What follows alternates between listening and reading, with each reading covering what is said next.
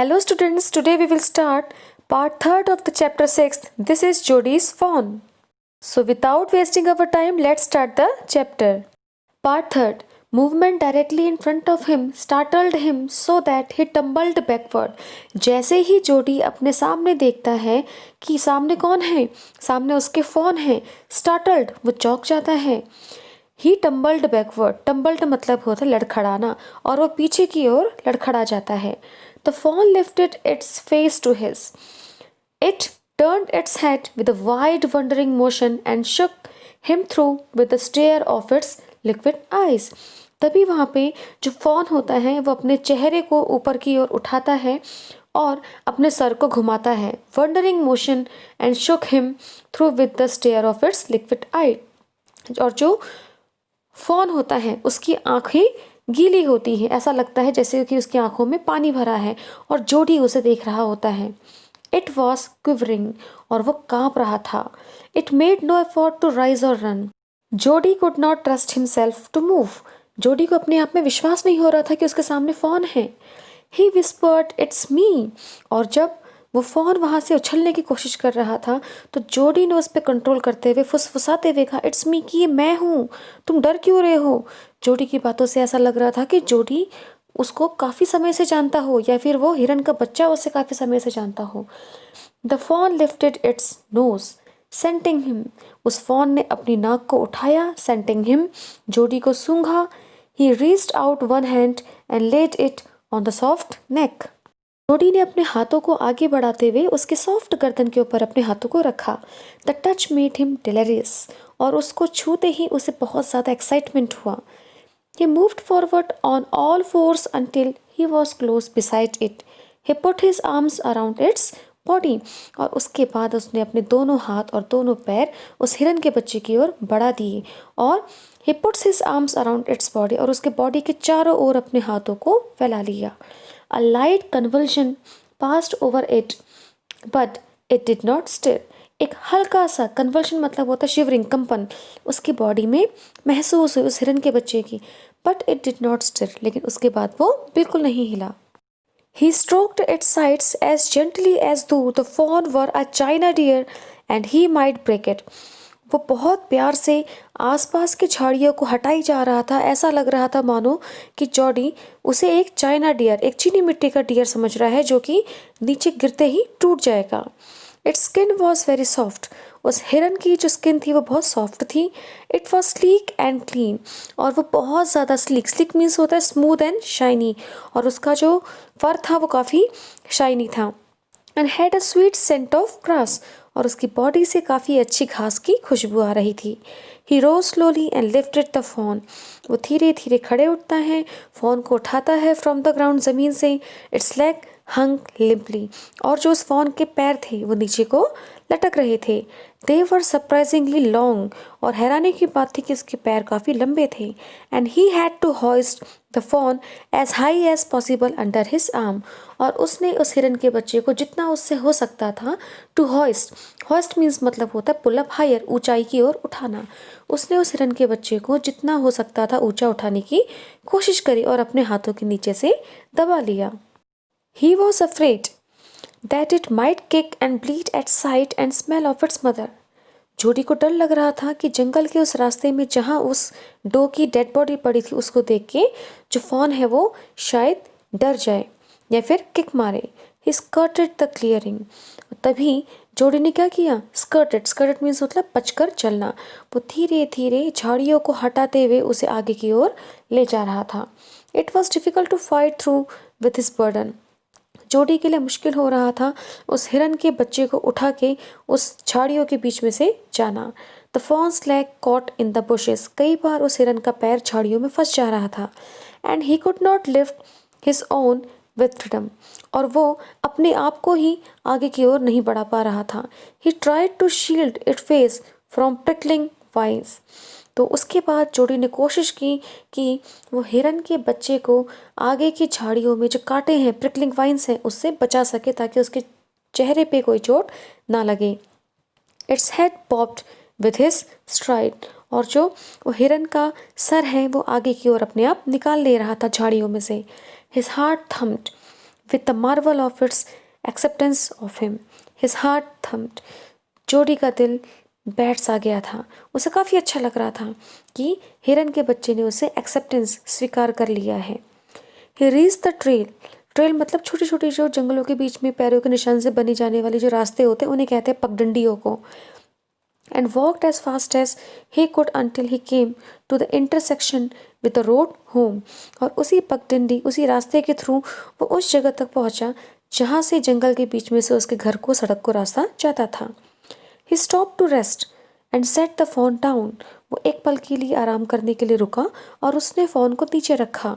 On its dangling leg. Dangling leg मतलब लड़खड़ाते हुए पैरों पे। It wavered on them. He remembered his father saying that a fawn would follow if it had first been carried. तभी जोडी को एक बात याद आती है कि उसके फादर ने उससे कहा था कि अगर आप एक बार एक बच्चे को हिरन के बच्चे को उठा ले तो वो फिर उसके बाद आपका पीछा करता है। I will carry you after I get my breath. उसके बाद जोडी उस हिरन के बच्चे से कहता है कि एक बार मुझे सांस तो लेने दो फिर मैं तुम्हें उठा के ले जाऊंगा। He started away slowly. उसके बाद जोडी धीरे धीरे चलना शुरू करता है। The fawn stared after him. The fawn stared मतलब होता है देखना। fawn उसको देखे रहता है और उसके पीछे पीछे आ जाता है। He came back to it and stroked it and walked away again. और कभी चलता है तो कभी दौड़ता है। It took a few wobbling steps towards him. लड़खड़ाते हुए हिरन का बच्चा उसकी ओर बढ़ा and cried piteously. और जब जोडी उससे थोड़ा दूर हो जाता तो वो चिल्लाता। It was willing to follow him. उस हिरन के बच्चे को देख के ऐसा लग रहा था मानो वो जोडी का पीछा करना चाहता है। It belonged to him. It was his own. ऐसा लग रहा था मानो कि वो हिरन ये मानता हो कि जोडी उसका है। He was light-hearted with his joy. जो जोडी था वो बहुत ज़्यादा खुश था। He wanted to fondle it. वो उसे पुचकारना चाहता था। Fondle means होता है किसी को प्यार से बुलाना। To run and romp with it. वो चाहता था कि वो उस हिरन के बच्चे के साथ खेले। Romp means होता है खेलना। To call to it to come to him. और बार बार वो चाहता था कि वो उसे अपनी ओर बुलाए। He dared not alarm it.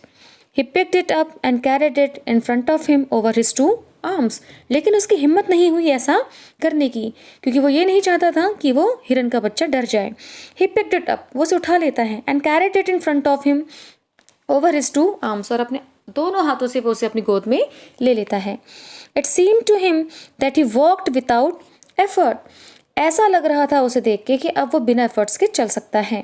His arms began to ache. अब जोडी के हाथों में भी दर्द होने लग गया था। And he was forced to stop again. और वो दोबारा से रुक जाता है।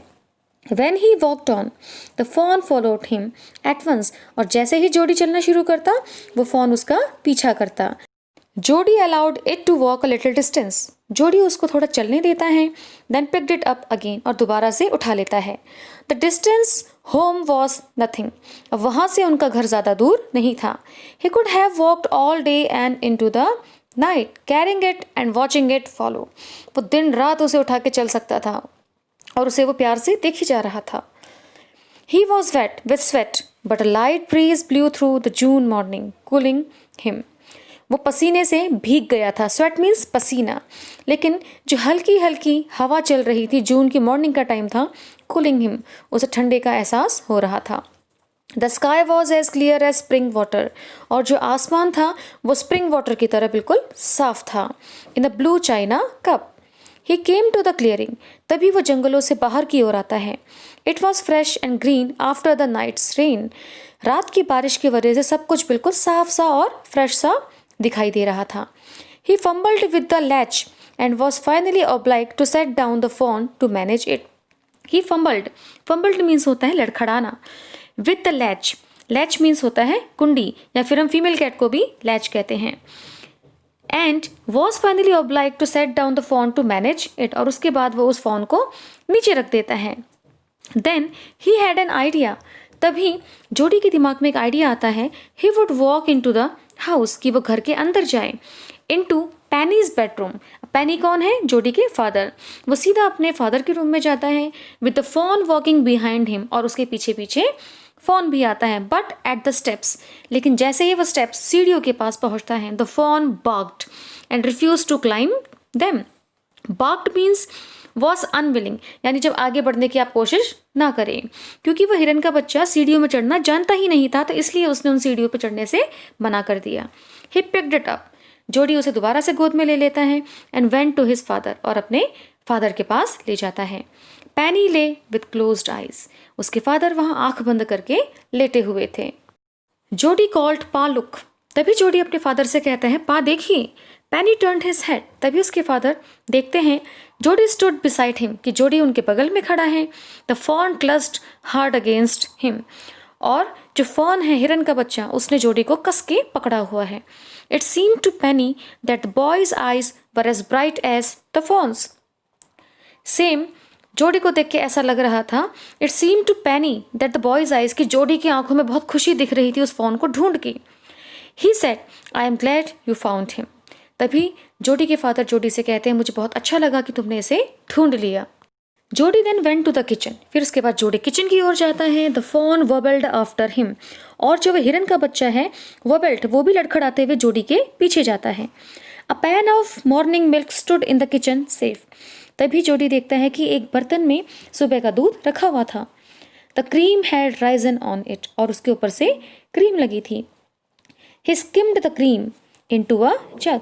तभी वो उसकी क्रीम को जग में साइड कर देता है. He poured milk into a small gourd. और एक छोटे से बर्तन में वो दूध रखता है. He held it out to the fawn. और वो उसे पकड़ के हिरन के बच्चे को लेके बाहर की ओर आता है. It butted it suddenly. लेकिन दूध को देखते ही बटेड मतलब होता है सर से मारना. Smelling the milk.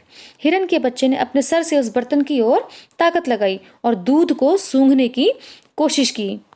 He saved it precariously from spilling over the floor. तभी जोडी ने जब देखा कि जो फॉन है वो दूध की ओर इस तरीके से कर रहा है, उसने बड़ी ही सावधानी से स्पिलिंग मीन्स होता है to spread over the floor, दूध को जमीन पे गिरने से बचा दिया. It could make nothing of the milk in the gourd. He dipped his finger in the milk and thrust them into the fawn's soft wet mouth. और उसके बाद जोडी ने अपने फिंगर को दूध में डिप करके डुबा के फॉन के मुंह को गीला किया दूध से. It sucked greedily. वो बहुत ज़्यादा भूखा था, उसने उसे चूसना शुरू कर दिया. When he withdrew them, it bleated frantically. जैसे ही वो अपनी उंगलियों को उसके मुंह से हटाता, it bleated. वो दोबारा से अपनी आवाज़ में बोलना शुरू कर देता. एंड बटेड हिम मतलब अपने सर से जोडी को इस तरीके से प्यार से मारता. He dipped his fingers again and as the fawn sucked he lowered them slowly into the milk. और धीरे धीरे जोडी ने अपने फिंगर से उस फॉन को दूध पिलाया और उसको दूध पिलाना सिखाया भी. धीरे धीरे अपनी उंगलियों को उस दूध के बर्तन के पास लाता. The fawn blew and sucked and snorted. वो फोन जो था उसने दूध को पिया और स्नॉटेड मतलब होता है हिनहिनाने की आवाज़. It stamped its small hoofs impatiently. वो अपने पैरों को धीरे धीरे हिलाता. As long as he held his finger below the level of the milk. The fawn was content मतलब सेटिस्फाइड. वो जो फोन था हिरन का बच्चा, वो दूध पी के खुश हो गया. It was ecstasy to feel its tongue against his hand. और जो हिरन का बच्चा था उसने जोडी के हाथों की ओर अपनी जीभ रखी थी और वो बहुत खुश था. It's small tell flicked back and fourth. और जो हिरन की छोटी सी पूंछ थी वो इस तरीके से हिला रहा था. The last of the milk vanished in a swirl of foam and gargling. और जो बर्तन में दूध था वैनिस्ड मतलब डिसअपियर, गायब हो जाना. और दूध क्या हो जाता है, खत्म हो जाता है. इन अ swirl of foam and gargling. और जो हिरन का बच्चा है उसके मुंह में हल्का सा झाग जैसा बन जाता है और वो सारा दूध पी जाता है. So students, here we have completed our this chapter, and your today homework is you have to do the exercise in page number 94, comprehension check question answers, and the rest of the question answers of part working with the text in your fair notebook. Thanks for watching.